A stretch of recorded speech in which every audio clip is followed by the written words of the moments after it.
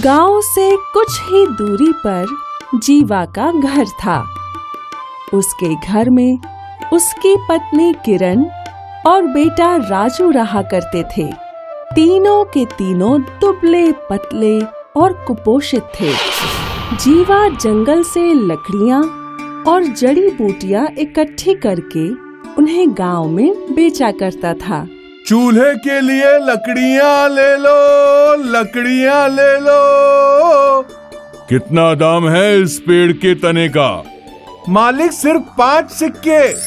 5 सिक्के तो ऐसे बोल रहा है जैसे मुफ्त में दे रहा है। मुझे नहीं चाहिए तेरी लकड़ी, तू ही रख।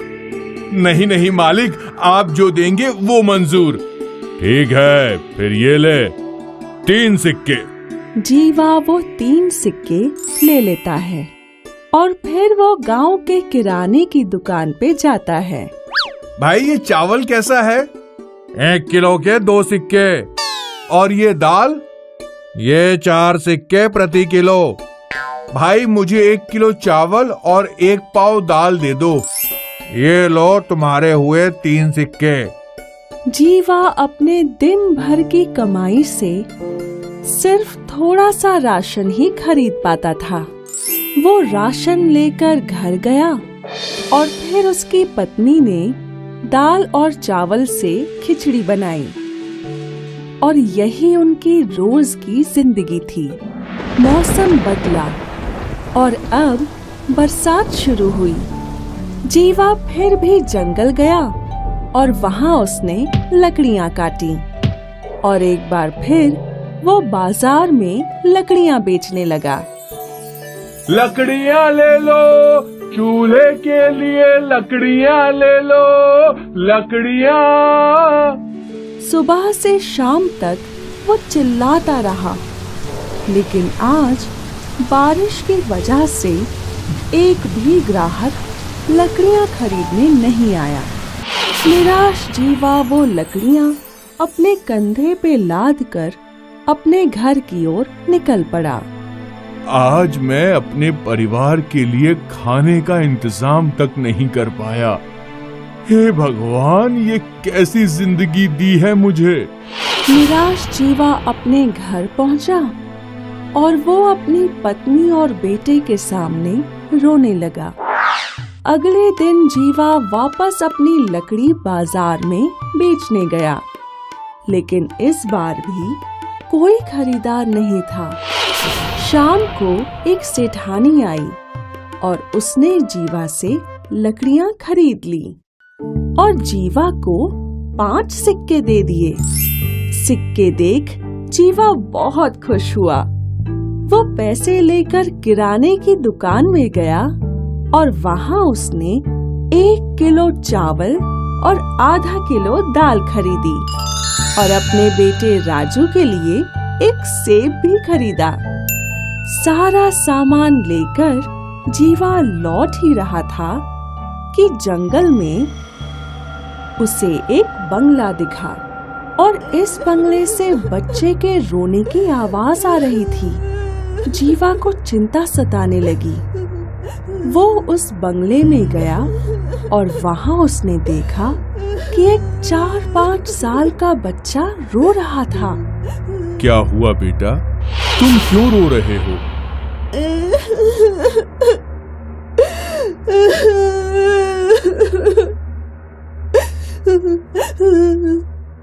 मुझे बहुत भूख लगी है। मैंने 3 दिन से कुछ नहीं खाया।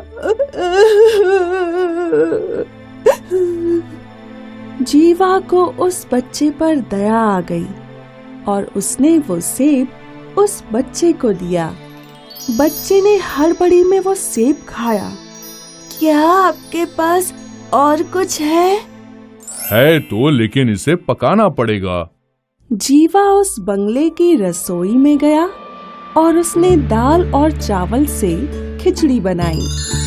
फिर जीवा ने वो खिचड़ी उस नन्हे बच्चे को दी, जिसने बड़े चाव से खिचड़ी खाई। अब मेरा पेट भर गया है।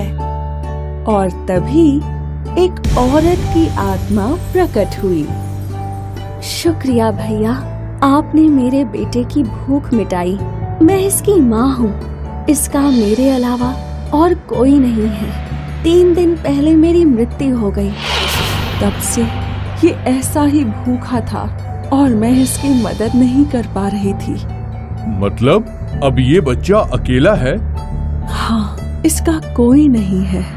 बहन तुम फिक्र मत करो, मैं इसे अपने साथ ले जाऊंगा और जो मैं खाऊंगा वही इसे भी खिलाऊंगा।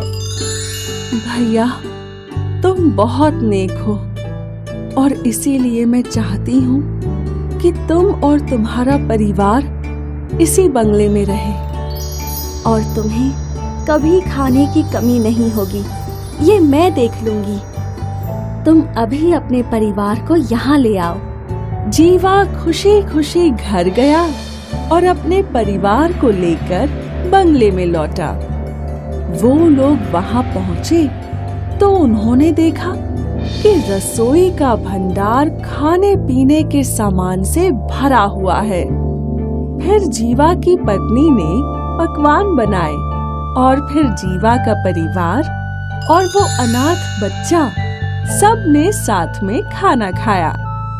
ये देख उस माँ की आत्मा बहुत खुश थी, क्योंकि उसके अनाथ बेटे को एक परिवार मिल चुका था। इसके बाद जीवा और उसका परिवार उस जादुई बंगले में ही रहे, जहाँ खाने की चीजों की कोई कमी नहीं थी। तो इस कहानी से हमें ये सीख मिलती है कि दूसरों की मदद करने से हमारी मदद भी होती है। राकेश हर साल गर्मियों की छुट्टियों में अपनी नानी के घर घूमने आता था। राकेश के नानी नाना एक दिन बातें कर रहे थे। आज हमारे गांव का एक आदमी और गायब हो गया। सुना जाता है वो नदी के उस पार सोनापुर गांव के जंगल में सोने के बंगले की खोज में गया था। अरे वहाँ कोई सोने का बंगला नहीं है। उस बंगले में भूत रहते हैं। जब कोई नदी पार करके जंगल में जाता है तो उसे पकड़ लेते हैं। नानी, क्या नदी के पार जंगल में वास्तव में कोई बंगला है? पता नहीं बेटा, हमने भी गांव वालों की तरह बस सुना है, लेकिन तुम वहाँ कभी मत जाना। लेकिन नानी, नदी में तो नाव चलती है। सोनापुर और हमारे गांव के लोग एक दूसरे के गांव में आते जाते रहते हैं। क्या सोनापुर के लोगों ने भी बंगला नहीं देखा? अरे बेटा, बहुत पहले एक ऋषि ने बताया था कि वो बंगला मायावी है, किसी को दिखाई देता है और किसी को नहीं। छुट्टियां खत्म होने के बाद राकेश शहर में अपने घर आ जाता है। एक दिन पूरे शहर में भूकंप आता है। राकेश एक छोटी सी टेबल को अपने सर पर रखकर किसी तरह घर से बाहर निकल आता है, लेकिन और कोई उसके घर से बाहर नहीं निकल पाता। घर गिर जाता है और सारे लोग मर जाते हैं। राकेश के नाना नानी राकेश को अपने यहाँ गांव में ले आते हैं। नाना नानी बहुत गरीब होते हैं, इसलिए राकेश की पढ़ाई नहीं हो पाती। जब राकेश बड़ा हो जाता है तो उसके नाना नानी कहते हैं, बेटा राकेश, अब तुम शादी कर लो, यही हमारी अंतिम इच्छा है। राकेश की शादी हो जाती है और उसके नाना नानी का स्वर्गवास हो जाता है। राकेश की पत्नी 2 बच्चों को जन्म देती है, एक लड़का और एक लड़की। राकेश अपने परिवार का पालन पोषण करने के लिए अपने गांव और सोनापुर गांव के बीच नाव चलाने का काम करने लगता है। वो रोजाना सवारियों को इस पार से उस पार ले जाता और फिर उधर से भी सवारियों को भर कर लाता। तभी वो देखता है कि नदी में एक हिरण डूब रहा है। राकेश तुरंत नदी में छलांग लगा देता है और डूबते हुए हिरण को बाहर निकालकर किनारे पर ले आता है। हिरण जंगल की तरफ भाग जाता है।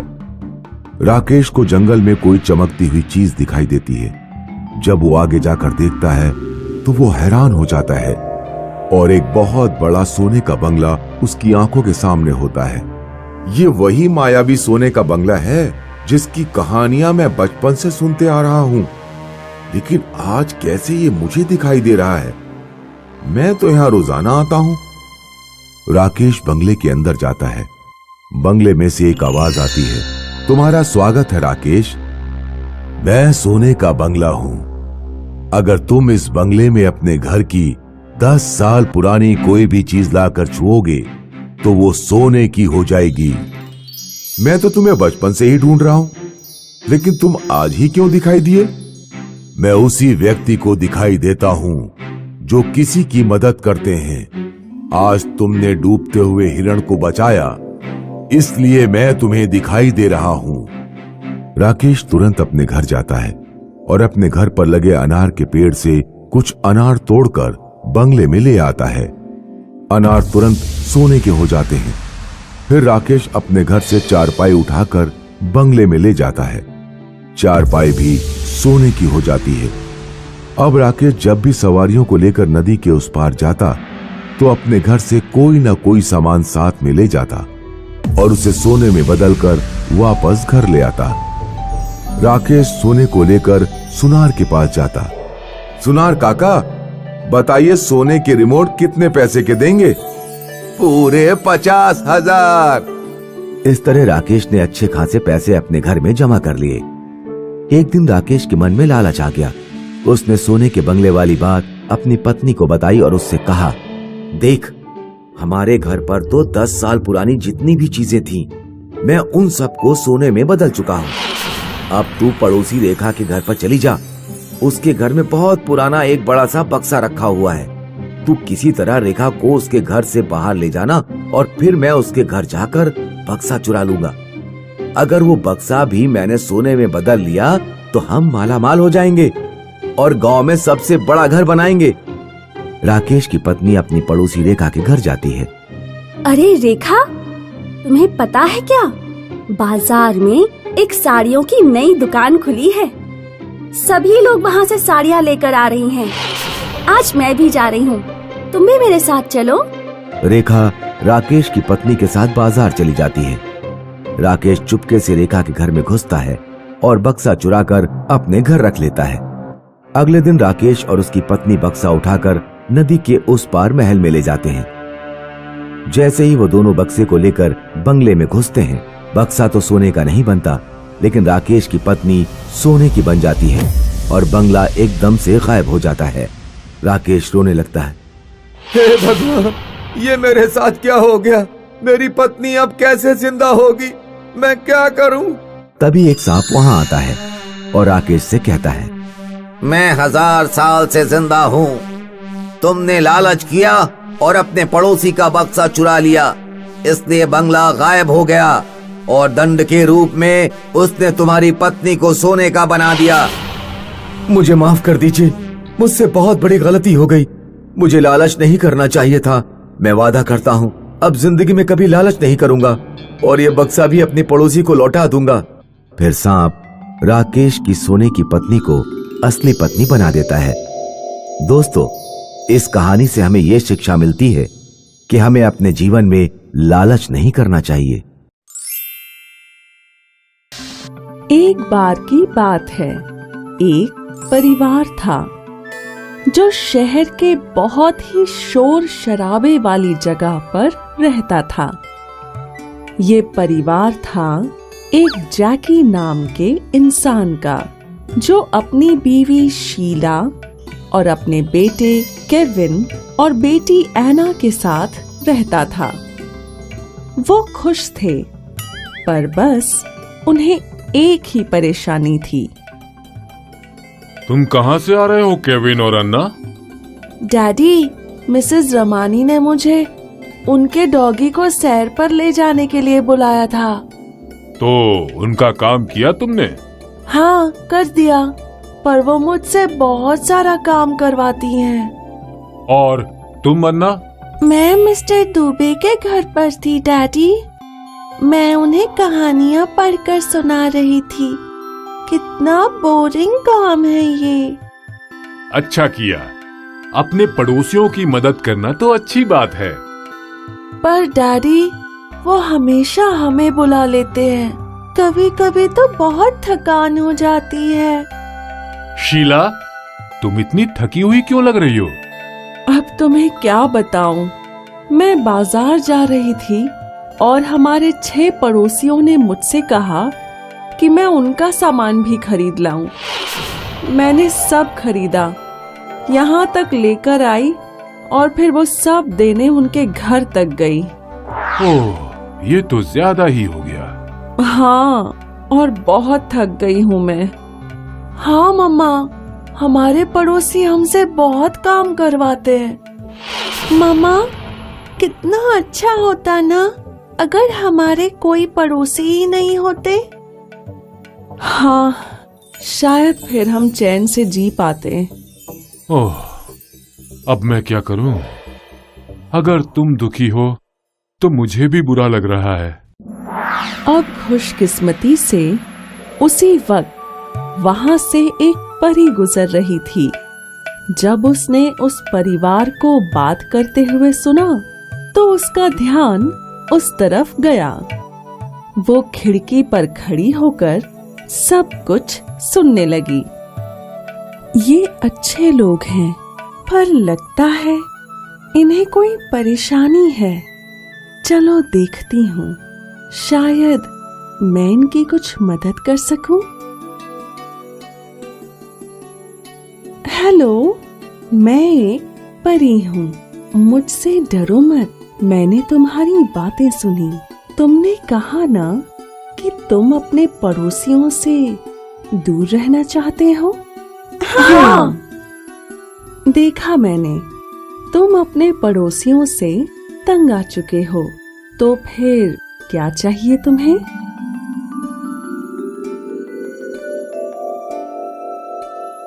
तुमने सोच लिया? जी मैम।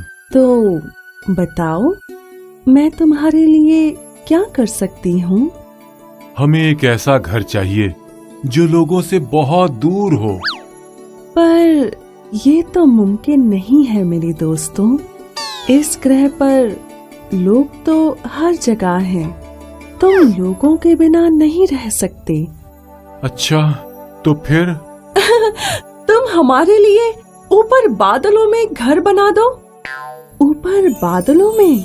सच में तुम्हारी यही इच्छा है? प्लीज।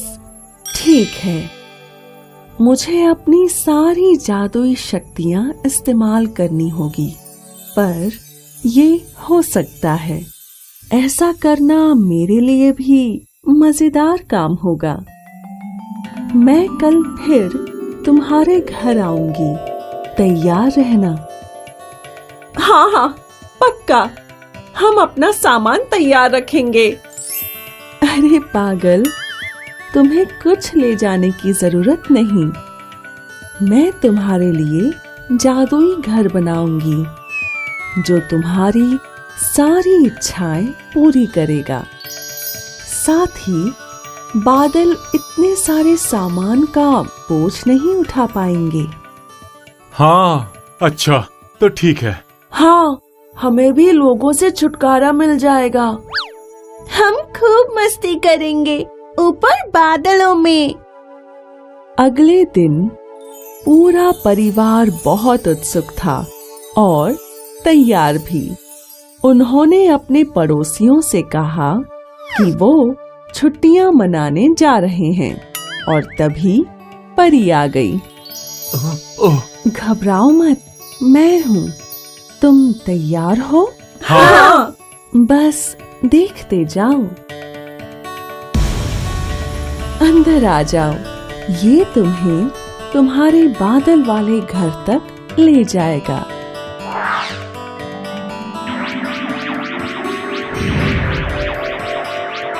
वाओ, कितना प्यारा घर है। मुझे यकीन है कि तुम यहाँ खुश रहोगे। मम्मा, डैडी, देखो, नीचे धरती पर घर माचिस जैसे दिख रहे हैं।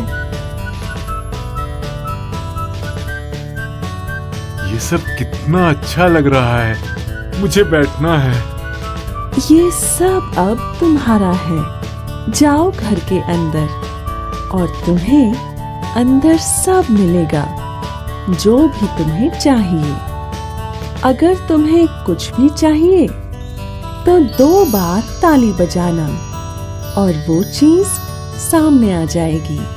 अगर मुझे बुलाना चाहते हो तो 3 बार ताली बजाना। शुक्रिया प्यारी परी। वाह, ये घर कितना सुंदर है। मम्मा, मुझे भूख लगी है। हाँ तो जाओ ना, परी के जादू का कमाल देखो। ओके, मुझे पिज्जा चाहिए। वाह, सच में यहाँ तो पिज्जा आ गया। अब मैं कोशिश करती हूँ। हाँ हाँ करो। मुझे एक नई ड्रेस चाहिए। वाह, ये तो बहुत मजेदार है। हमारी जिंदगी का ये सबसे अच्छा वक्त है। और इस तरह उस परिवार ने अपनी जिंदगी का सबसे अच्छा वक्त बिताया। घर बहुत ही शांत और सुंदर था और हमेशा साफ रहता। उन्हें जो चाहिए होता वो झट से आ जाता और उन्होंने तब तक जादू से चीजें मंगवाई जब तक उनकी सारी इच्छाएं पूरी ना हो गईं। पर 1 हफ्ते के बाद वो बोर होने लगे। डैडी, हमें जो चाहिए था वो सब हमारे पास है। अब मंगवाने को कुछ बचा ही नहीं। हाँ बेटा, पर अब हम क्या करें? खैर तुम यहाँ बादलों में क्या कर सकती हो? खिड़की के पास बैठ सकती हो। तुम प्लेन्स और पंछियों को देख सकती हो। यही तो कर रहे हैं हम कब से। अब तो मैं भी यहाँ बोर हो गई हूँ। शायद हमें कुछ देर के लिए नीचे अपने घर जाकर देख आना चाहिए कि सब ठीक तो है ना। शीला, तुम्हें पता है ना, हम ऐसा नहीं कर सकते। परी क्या सोचेगी? पर डैडी, हम बहुत बोर हो रहे हैं। अच्छा ठीक है, तो चलो परी को बुलाते हैं। देखते हैं वो क्या कहती है।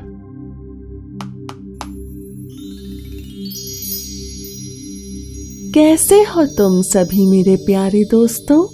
बादलों पर यहाँ तुम्हें कैसा लग रहा है? ये घर बहुत सुंदर है परी, और हमारे पास अब सब कुछ है। पर क्या? मैं मिसेस रमानी के डॉगी को मिस कर रहा हूँ। मैं फिर से उसके साथ खेलना चाहता हूँ। और मैं मिस्टर दुबे को जो कहानियाँ सुनाती थी, मुझे वो याद आ रही हैं। और आंटी जो कुकीज बनाती थी वो भी। सच कहूँ तो मैं भी अपने पड़ोसियों के लिए सामान खरीद कर लाना चाहती हूँ और फिर उनके घर जाकर बातें करने में जो मजा है वो यहाँ नहीं। अच्छा, तो ये बात है। अब तुम अपने पड़ोसियों के पास जाना चाहते हो? हाँ। हाँ, हमें वापस जाना है। हमें अपने दोस्त चाहिए। यहाँ कोई भी नहीं है। पर एक बात तुम जान लो, जैसे ही तुम धरती पर वापस जाओगे, ये घर गायब हो जाएगा। तुम यहाँ वापस नहीं आ सकते। हमने सोच लिया है। क्या? हम धरती पर वापस जाएंगे, अपने पुराने घर में और अपने दोस्तों और पड़ोसियों के पास। पक्का? हाँ पक्का। मेरे परिवार को अब समझ में आ गया है कि कोई भी अकेला नहीं रह सकता, फिर चाहे बादलों पर ही घर क्यों ना हो। तो ये परिवार वापस धरती पर आ गया।